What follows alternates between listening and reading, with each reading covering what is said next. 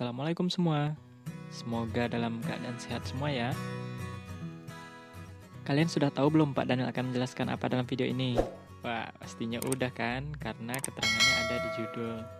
Oke, yang akan kita bahas adalah tentang menjadikan Al-Quran dan hadis sebagai pedoman hidup.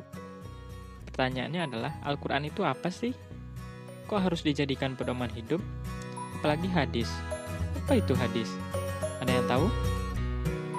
Coba stop dulu videonya. Tulis di komentar apa yang kamu tahu tentang Al-Quran dan hadis. Udah ditulis? Belum? Oke, Pak Daniel kasih waktu 5 detik lagi untuk nulis. Ayo, ditulis dulu apa itu Al-Quran, apa itu hadis yang kamu tahu. Mantap, selamat untuk yang betul. Dan selamat juga untuk yang belum betul. Karena hari ini kita akan sama-sama belajar apa itu Al-Quran dan apa itu hadis. Lalu kenapa Al-Quran dan hadis itu harus dijadikan pedoman hidup. Oke. Pertama, apa itu Al-Quran? Kalau secara bahasa atau dilihat dari asal katanya, Al-Quran itu artinya adalah bacaan.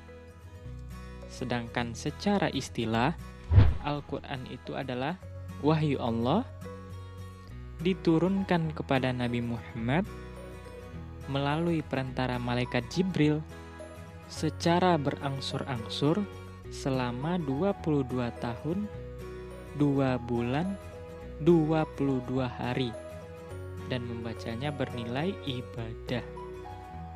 Kita ulang bersama ya. Secara bahasa, Al-Quran itu artinya adalah bacaan.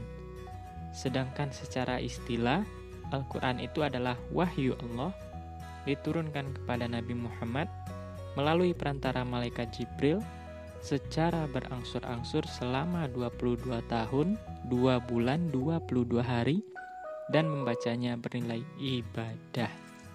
Nah, itu dia pengertian Al-Quran.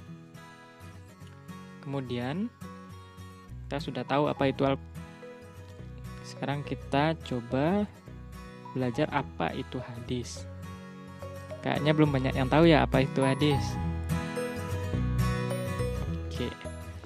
Nah, hadis itu secara bahasa berarti baru, peristiwa, atau cerita. Hadis adalah baru, peristiwa, atau cerita. Sedangkan secara istilah, hadis adalah setiap perkataan, perbuatan, dan ketetapan Nabi Muhammad SAW.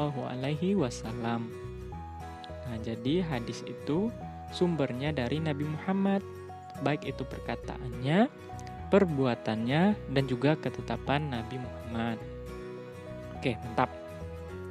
Lalu pertanyaan berikutnya, kenapa kita harus menjadikan Al-Quran dan hadis sebagai pedoman hidup? Nah, sebenarnya alasannya ada banyak sekali. Tapi di video ini Pak Daniel akan menjelaskan 3 saja. 1, karena Al-Quran sumbernya dari perkataan Allah, sehingga kebenaran isinya itu sangat pasti dan terpercaya. Yang kedua, karena Al-Quran itu adalah kitab yang sempurna. Yang ketiga, hadis itu kok harus dijadikan pedoman hidup juga? Jawabannya, karena hadis itu sumbernya dari Nabi Muhammad. Dan Nabi Muhammad itu adalah seorang manusia yang sangat sempurna untuk dijadikan sebagai contoh atau teladan dalam kehidupan kita. Nah, sehingga dengan menjadikan Al-Quran dan hadis sebagai pedoman hidup, kita bisa menjalani kehidupan ini dengan selamat, baik kehidupan di dunia maupun kehidupan di akhirat.